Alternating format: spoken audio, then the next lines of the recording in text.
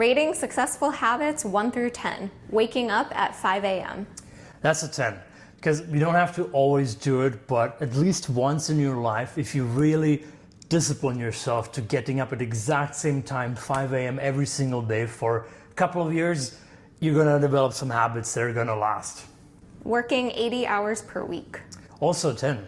Even more than that. If you really have very high ambitions for your life and you wanna really become successful career-wise, and it's totally fine if you don't want that, but if you're really shooting for the stars, working 80, sometimes 90 or even more hours per week for a limited amount of time, it's totally fine.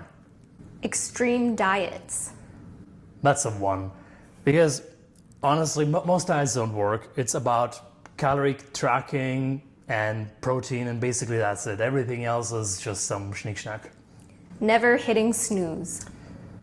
That's a 7 or 8. I think if you develop this habit that when you wake up, you just immediately hit stop and get out of the bed and don't waste another 30 minutes of your life just waking up and falling back asleep, I think it's a very good thing to do, at least for some time.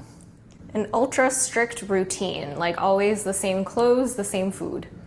I mean, it can eliminate some decision making every morning, like Zuckerberg, he wears the same or used to wear the exact same clothes every day, but I don't think it's really going to help you much. Planning every hour of the day in your calendar. That's a 10, especially when you're younger. I used to, when I was, let's say, 18 years old, and I really wanted to develop a discipline that would last for my whole life. I would get a sheet of paper in the evening, and I would write down from 5:00 a.m. on the minute precisely when I'm going to wake up, how many push-ups I do immediately, like seconds after waking up. That was the rule. Alarm rings. But in 60 seconds, I'm doing push-ups already. It doesn't matter how tired I am.